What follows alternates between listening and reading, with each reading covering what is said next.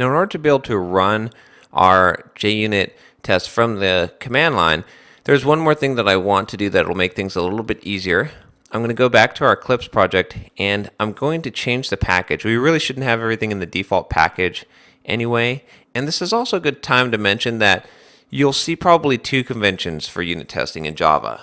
The way that I'm doing is the way that I prefer, which is to completely separate out the unit tests into their own project. But you'll also see where someone will have the source code and then they might have a test folder as well in the same project. Either way is fine. Like I said, I like to separate things out. When we look at the Maven way tends to combine things together, but it also has a naming convention for what those folders should be called. So just in case you see the other way, that's the other common thing. But in any case, we really shouldn't have everything under the default package. So I'm going to go ahead and create a new package, and I'll do com.simpleprogrammer.protein_tracker.tests. Then we're going to take everything that was in this default package and we're going to throw it into this new package we created.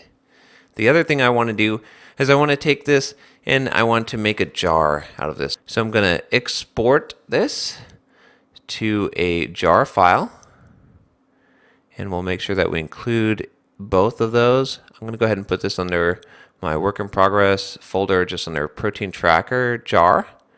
Then I'll hit next and finish. We'll overwrite the existing one.